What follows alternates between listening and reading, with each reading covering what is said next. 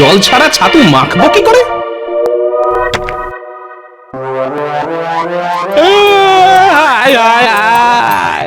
এ কি হলো গো? আমার মানুষটা এমন কাঁদছে কেন? কোনো আপদ বিপদ হলো না তো? যাই তো গিয়ে দেখে আসি। ও মা গো, বাবা গো, কোথায় গেলে গো?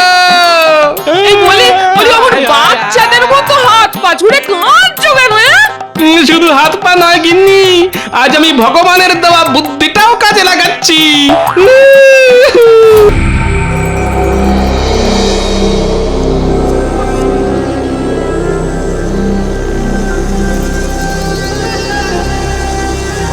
আরে তাড়াতাড়ি যাও গোপাল গিন্নি, বেশি দেরি করলে কিন্তু জলই পাবে না। তাই বুঝি?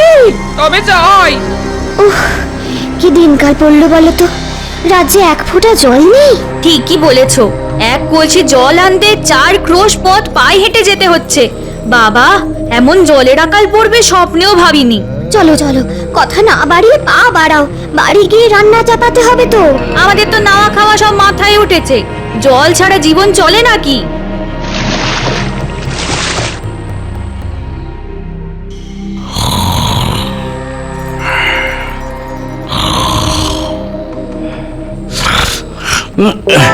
বাবা, ওরে বাবা রে, জল তেষ্টায় গলাটা একেবারে শুকিয়ে কাঠ হয়ে গেল।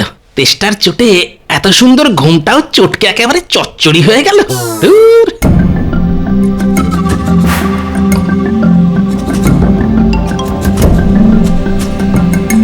দেখি, ও বাবা, দূর দূর দূর, ঘরে এক ফোঁটা জলও নেই। এভাবে কি আর বেঁচে থাকা যায়? থাকবে কি করে শুনি?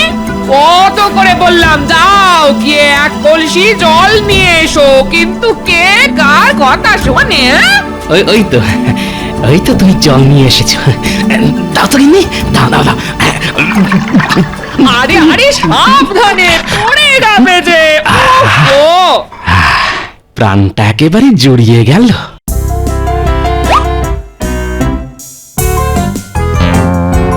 দিলে তো সব জল শেষ করে। এবার বাকি দিনটা চলবে কেমন করে শুনি? রাঁধবো কি দিয়ে আর খাবো কি? দূর, জল তেষ্টার সময় এত কিছু মাথায় থাকে নাকি? ওই দেখো, পেটে জল পড়তে না পড়তেই খিদেতে পেটের ভিতরে ইঁদুরগুলো যেন ডাকতে শুরু করে দিল। এই মানুষটার খালি খাওয়া আর ঘুম, তার বাইরে কিচ্ছুটি চেনে না। সারাদিন খাই খাই খাই খাই করে আমাকে একেবারে পাগল করে দিলে গো। দাও তো গিন্নি, একটু ছাতু মেখে দাও। হ্যাঁ, আজ ছাতু মাখা খেয়ে রাজসভায় যাব। সংসারে এখনো মেলা কাজ পড়ে আছে আমার, আমি পারবো না তোমার জন্য ছাতু মাখতে। ভগবান দুটো হাত দিয়েছে যখন, তখন হাত দুটোকে একটু কাজে লাগাও না।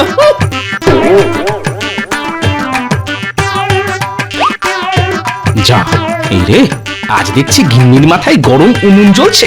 বাবা, গিন্নিকে আর চটিয়ে কাজ নেই।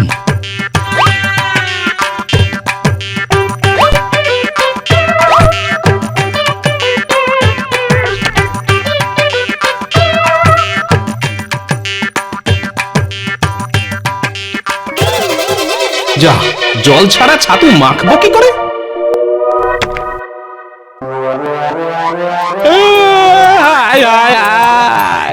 এ কি হলো গো? আমার মানুষটা এমন কাঁদছে কেন? কোনো আপদ বিপদ হলো না তো? যাই তো গিয়ে দেখে আসি। ও মা গো, বাবা গো, কোথায় গেলে গো? এই বলি আমার বাচ্চাদের মতো হাত পা ছুড়ে কাঁদছো কেন? শুধু হাত পা নয় গিন্নি, আজ আমি ভগবানের দেওয়া বুদ্ধিটাও কাজে লাগাচ্ছি।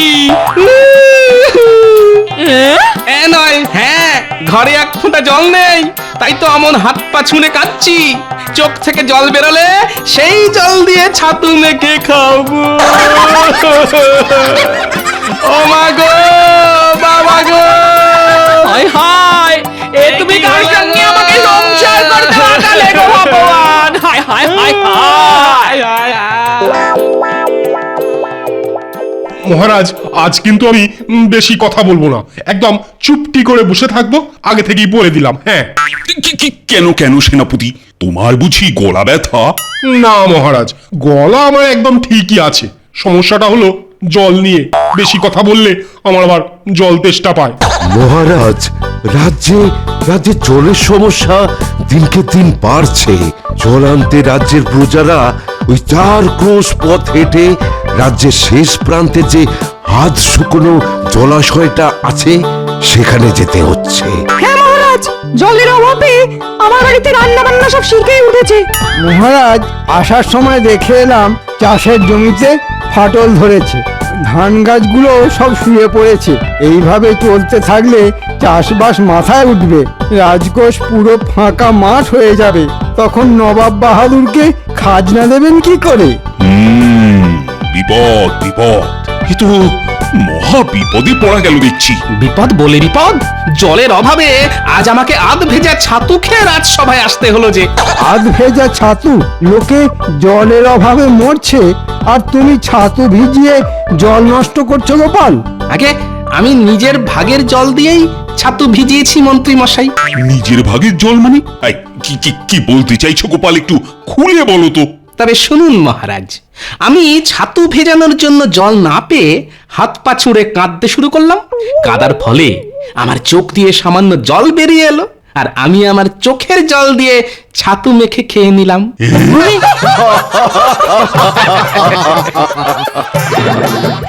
সত্যি গোপাল, তোমার মাথায় কত বুদ্ধি। বাধ্য হয়ে নখ চেপেছি, শ্বাস করেছি বন্ধ। গোপালের মাথায় আছে বুদ্ধি আর গায়েতে দুর্গন্ধ। ঠিকই তো গোপাল, বাবা তোমার গা থেকে না একটা বিশ্রী গন্ধ বেরোচ্ছে। সত্যি করে বলো তো গোপাল, কতদিন স্নান করো না? সে আর দুঃখের কথা আর কি বলবো, ঘরে স্নানের জল নেই। স্নান করতে গেলে বাড়ি থেকে 4 ক্রোশ পথ পায়ে হেঁটে জলাশয়ে যেতে হচ্ছে। স্নান সেরে ওই 4 ক্রোশ পথ হেঁটে বাড়ি ফিরতে ফিরতে আবার সারা শরীর ঘামে ভিজে যাচ্ছে। তাই ঠিক করেছি, যতদিন না জলের কষ্ট মিটবে ততদিন আমি স্নান করব না। ছি ছি ছি ছি, এতদিন জানতাম তুমি কিপ্টে, এখন দেখছি শুধু কিপ্টে না, তার পাশাপাশি কুঁড়েও। না না না না, এবার কিছু একটা করতেই হচ্ছে, এইভাবে তো আর চলতে পারে না। আমার প্রজারা জলের অভাবে কষ্ট পাচ্ছে, এটা আমি কিছুতেই মুখ বুঝে সহ্য করব না। কিন্তু কি করবেন মহারাজ, জল তো আর মোহরের বদলে কেনা যায় না, জল তো ভগবানের দান। বর্ষা আসতেও এখনো অনেক দেরি, ততদিন কিভাবে এই জলের কষ্ট মেটাবেন মহারাজ? মহারাজ, আপনি যদি আমাকে একটা সুযোগ দেন আর সঙ্গে 100 মোহর দেন, তাহলে আমি একটা চেষ্টা করে দেখতে পারি। তাই নাকি মন্ত্রী? তা তুমি কি করবে শুনি? রাজ্যের শেষ প্রান্তে যে জলাশয়টা আছে সেখান থেকে সব জল তুলে রাজবাড়ির কুয়োতে নিয়ে আসবো মহারাজ, আর তারপর সেখান থেকে মেপে মেপে জল দেব রাজ্যের সব প্রজাদের। এর ফলে জলের অপচয় কিছুটা বন্ধ হবে, আর প্রজাদের 4 ক্রোশ পথ পায়ে হেঁটে জল আনতে যেতেও হবে না। বাহ বাহ বাহ বাহ, ভালো ভালো বুদ্ধি দিয়েছো তো তুমি মন্ত্রী। এই নাও এই নাও। কিন্তু 4 ক্রোশ দূর থেকে রাজবাড়িতে জল আনবে কেমন করে শুনি? ওটাই তো আমার বুদ্ধি মহারাজ, এবার শুধু দেখুন আমি কি করি।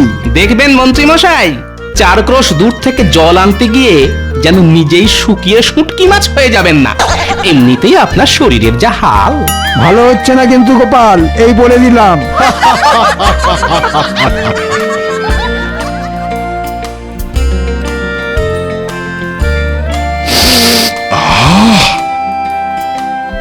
বেশ সুন্দর গন্ধ বেরিয়েছে দেখছি।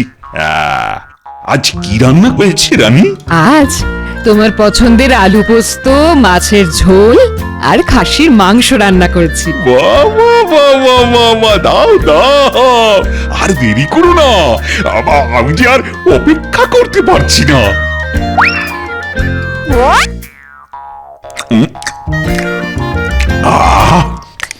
অমৃত অমৃত। আস্তে আস্তে খাও, না হলে গলায় বেঁধে বিষম খাবে যে। জল জল জল। কতবার বলেছি খাওয়ার সময় বেশি কথা বলবে না, কিন্তু কে কার কথা শোনে? এই কে আছো? মহারাজের জন্য জল নিয়ে এসো তাড়াতাড়ি। জো হুকুম রানীমা। দাও দাও তাড়াতাড়ি। বাবা,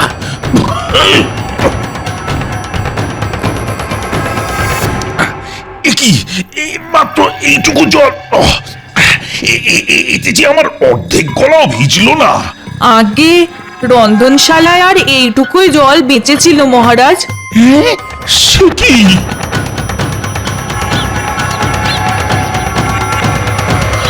আমাদের ডেকেছেন মন্ত্রী মশাই? হ্যাঁ, একটা কাজ আছে। হে হে, আপনার হাতে ওটা ওটা কি মন্ত্রী মশাই? খালি এদিক ওদিক নজর, এতে মোহর আছে, মহারাজ দিয়েছেন। বাহ বাহ বাহ বাহ, এবার কি করতে হবে বলে ফেলুন দেখি। সকাল থেকে হাতের তালুটা কেমন কুটকুট কুটকুট করছে। মনে হচ্ছে আজ কিছু মোহর টেকে ঢুকবে। বাজে কথা বাদ, কাজের কথা মন দিয়ে শোন। রাজ্যের শেষ প্রান্তে যে জলাশয়টা আছে সেখান থেকে রাজবাড়ি পর্যন্ত একটা সরু নালা কাটতে হবে, যাতে জলাশয় থেকে সব জল এসে রাজবাড়ির কুয়োয় জমা হয়। বুঝেছি মন্ত্রী মশাই, তাহলে আজ থেকেই কাজ শুরু করে দিই। হ্যাঁ হ্যাঁ, তাই কর। এই নে ধর তোদের পারিশ্রমিক, এখন চটপট কাজ শুরু করে দে তো। এবার এই বাকিটা ঢুকবে আমার ট্যাঁকে। পাওয়া যায়, একেই বলে সুযোগের সৎ ব্যবহার।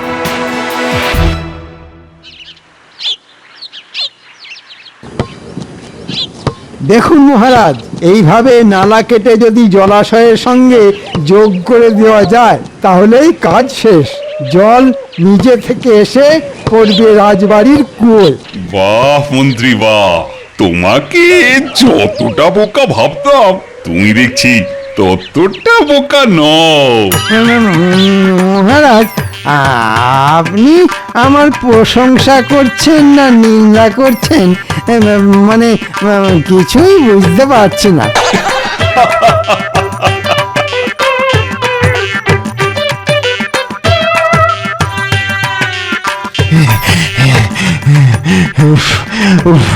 আর পাচ্ছি না, আর পাচ্ছি না রে ঘটা। একে একে চড়া রোদ, তার উপর ওই হাতের কাছে জলও নেই। তেষ্টায় গলা বুক একেবারে ফেটে যাচ্ছে। দরকার নেই মোহরের, চল পালিয়ে যাই। আপনি বাঁচলে বাপের নাম। ঠিক ঠিক বলেছিস বটা, ঠিক বলেছিস। না হলে আমাদের এই রোদে এই পটল তুলতে হবে। হ্যাঁ, ঠিক বলেছিস। কিরে, চুপ করে দাঁড়িয়ে পড়লি কেন? আমাদের আমাদের ছেড়ে দিন মন্ত্রী মশাই, আমাদের দ্বারা এই কাজ হবে না। বললেই হলো ছেড়ে দিন। গুনে গুনে মোহর নেওয়ার ডালা মনে ছিল না? এই ধরুন আপনার মোহর। এই কটা মোহরের জন্য আমরা পটল তুলতে চাই না। আর আর কিছুক্ষণ এখানে দাঁড়ালে আমরা শুকিয়ে একেবারে শুটকি মাছ হয়ে যাব। চল চল বটা, চল আমরা বাড়ি যাই। এই রোদে আর দাঁড়াবো না।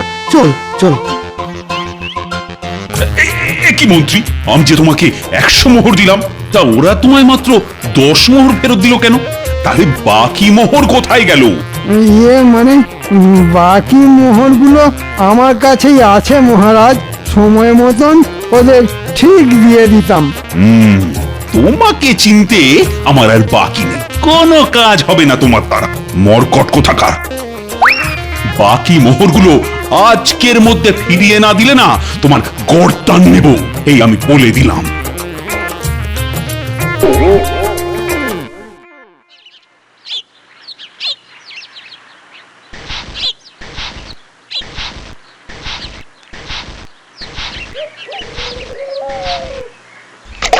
মা গো মা, এ কি করছো?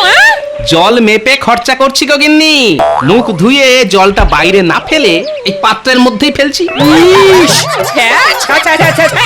এই এই সকাল সকাল এত ছ্যা ছ্যা করো না তো। এমনিতেই জলের যে অভাব, তার মধ্যে শুধু মুখ ধোয়ার জন্য জল নষ্ট করা মানে বোকামি, বুঝলে? তা বলি ওই এঁটো জল কোন কাজে লাগবে শুনি? লাগবে লাগবে লাগবে, অনেক কাজে লাগবে। প্রথমে এই এঁটো জলটা দিয়ে মাথায় যে কটা চুল আছে সেগুলো ভেজাবো। তারপর কিছুটা জল দিয়ে ছাতু মেখে খাবো। বাকিটা দিয়ে খেয়ে উঠে আবার মুখ ধোবো। তারপরেও যদি পাত্রে জল পড়ে থাকে তবে সেটা চাপা দিয়ে রেখে দেবো আগামীকাল সকালের জন্য, বুঝলে? হ্যাঁ, আমার নাম হলো গিয়ে গোপাল ভাঁড়। কিভাবে মেপে মেপে খরচা করতে হয় সেটা আমার থেকে ভালো আর কেউ জানে না।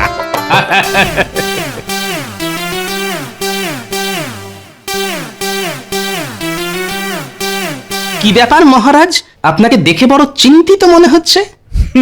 রাজ্যে এমন একটা মন্ত্রী থাকতে চিন্তা না করে উপায় আছে? সে কি মন্ত্রীমশাই, এইবারও আপনি? হ্যাঁ হ্যাঁ, প্রত্যেকবারের মতো এইবারও আহাম্মক মন্ত্রীটা না গাধার মতন বুদ্ধির পরিচয় দিয়েছে। তাই বলি, আমাদের মন্ত্রীমশাই আজ কেন ভেজা বিড়ালের মতন এক কোণে চুপটি করে দাঁড়িয়ে আছেন? ভেজা নয় গোপাল, শুকনো বেড়াল বলো। জলের যা আকাল। এবার তাহলে কি হবে? দুধুর এক একটা আকাট অকম্মার দেখি সব আমার রাজসভায় কারো দ্বারা যদি কোনো একটা কাজ হয়েছে। দুধু, কি গোপাল, এবার তুমি একটা উপায় খুঁজে বার করো। হ্যাঁ গোপাল, একমাত্র তুমিই পারবে এই জলের কষ্টের হাত থেকে আমাদের বাঁচাতে। গোপাল আর কি বা করবে? গোপাল তো আর জল তৈরি করতে পারবে না। কি গোপাল, কিছু বলো। আগে মাথায় বুদ্ধি থাকলে আকাশের চাঁদও পেড়ে আনা যায় মন্ত্রীমশাই। সেখানে জলের কষ্ট দূর করা তো সামান্য ব্যাপার। তোমার খালি মুখেই বড় বড় ভাষণ, কাজের বেলা ফক্কা। না, অনেক অপমান সহ্য করেছি, আর নয়। মহারাজ, আমি কথা দিলাম 3 দিনের মধ্যে রাজ্যের এই জলের কষ্ট আমি মিটিয়েই ছাড়বো। না হলে আপনি আমার নামে গাধা পুষবেন। বাহ, এ তো দেখছি একেবারে আত্মবিশ্বাস গুলে খেয়েছে। কিন্তু রাজ্যে তো জলই নেই, তাহলে কিভাবে গুললো? এবার কিছু একটা করতেই হবে, কিন্তু কি করি কি করি, কিভাবে যে এই জলের কষ্ট মেটানো যায়? না, মহারাজকে বলে এসেছি 3 দিনের মধ্যে জলের কষ্ট মিটিয়ে দেব। কথা রাখতে না পারলে আমাদের শুটকো মন্ত্রীটা সাপের 5 পা দেখবে, আর সেটা আমি কিছুতেই হতে দেব না। উফ বাবা, রোদের কি তেজ! যাই, এই বড় গাছটার নিচে গিয়ে একটু জিরিয়ে নিই।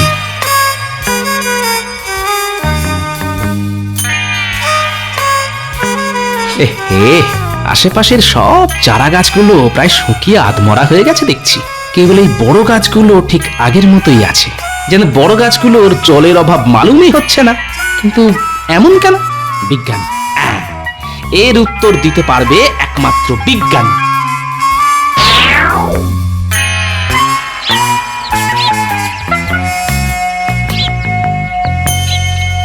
বিজ্ঞানী, বিজ্ঞানী, শুনতে পাচ্ছ? হ্যাঁ গোপাল যে, বলো ডাকছো কেন? এই যে বিজ্ঞানী, তোমার কাছে একটা বিষয় জানতে এলাম। কি জানতে চাও বলো গোপাল। আচ্ছা, জলের অভাবে রাজ্যের সব চারা গাছগুলো প্রায় মরতে বসেছে, কিন্তু বড় গাছগুলো ঠিক আগের মতোই আছে। এমন কেন হলো বিজ্ঞানী?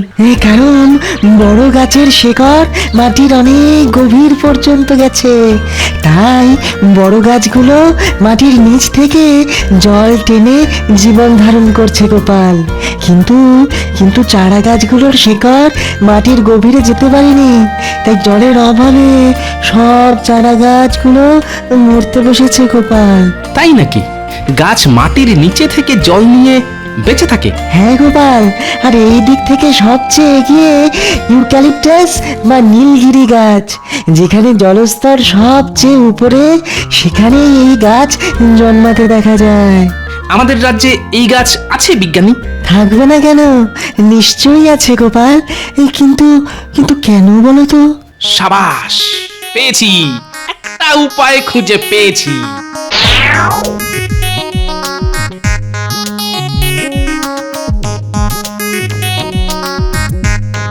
ভালো করে খুঁজো বিজ্ঞানী, খোঁজ পেলেই আমাকে ডাকবে। আচ্ছা গোপাল, পেয়েছি গোপাল, এটাই হলো ইউক্যালিপটাস গাছ। তার মানে এই জায়গায় মাটির নিচে ভালো জলের স্তর আছে। ঠিক বলেছ গোপাল, এই গাছ বেঁচে থাকার জন্য মাটি থেকে প্রচুর জল সংগ্রহ করে। বিজ্ঞানী তুমি এখানে দাঁড়াও, আমি এক্ষুনি যাব আর আসবো। আমরা কোথায় যাচ্ছি গো গোপাল দাদু? আরে চল না, গেলেই দেখতে পাবি। নে নে, এবার তোরা মাটি খোঁড়া শুরু কর।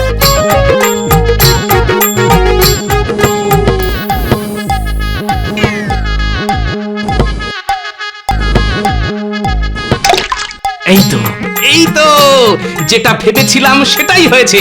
কি মজা, কি মজা, মাটির নিচে জল পাওয়া গেছে। বিজ্ঞানী তুমি গিয়ে মহারাজকে ডেকে নিয়ে এসো তাড়াতাড়ি। হ্যাঁ হ্যাঁ, এক্ষুনি যাচ্ছি গোপাল। তাড়াতাড়ি চলুন মহারাজ, গোপাল আপনার জন্য অপেক্ষা করছে। আরে যাচ্ছি যাচ্ছি, কিন্তু কি এমন জিনিস দেখাবে বলো তো গোপাল? যত সব ন্যাকামো। ন্যাকামো নয়, বুদ্ধি, গোপালের বুদ্ধি।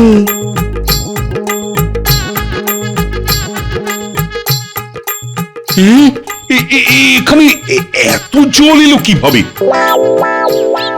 দেখুন মহারাজ, আমি কথা রেখেছি। তবে আমি একা নয় মহারাজ, আজ বিজ্ঞানী না থাকলে আমার মাথায় এই বুদ্ধিটাই আসতো না। বিজ্ঞানী আবার কি করলো?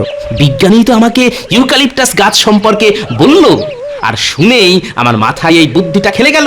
তা ঠিক, ইউক্যালিপটাস গাছ যেখানে জন্মায় সেখানকার মাটির নিচে জলস্তর থাকা অবশ্যম্ভাবী, এটা আমি জানতাম। কিন্তু গোপালের মাথায় যে এমন একটা বুদ্ধি আসবে সেটা তো আমি জানতাম না। এই জন্যই তো ও বুদ্ধির রাজা গোপাল ভাঁড়। এবার রাজ্যে যত ইউক্যালিপটাস গাছ আছে তাদের গোড়ায় ইদারা খোঁড়ার ব্যবস্থা করুন মহারাজ, তাহলেই জলের কষ্ট রাতারাতি গায়েব হয়ে যাবে। আমি এক্ষুনি প্রহরী পাঠাচ্ছি। আজ রাতের মধ্যেই প্রত্যেকটা গাছের পাশে একটা করে ইঁদারা খুঁড়ে দেওয়ার ব্যবস্থা করছি আমি। আর আমার এই নাতি নাতনিগুলোকেও একটু দেখবেন মহারাজ, বেচারারা অনেক কষ্টে এই গরমের মধ্যে কোদাল শাবল চালিয়ে গর্ত খুঁড়েছে মহারাজ।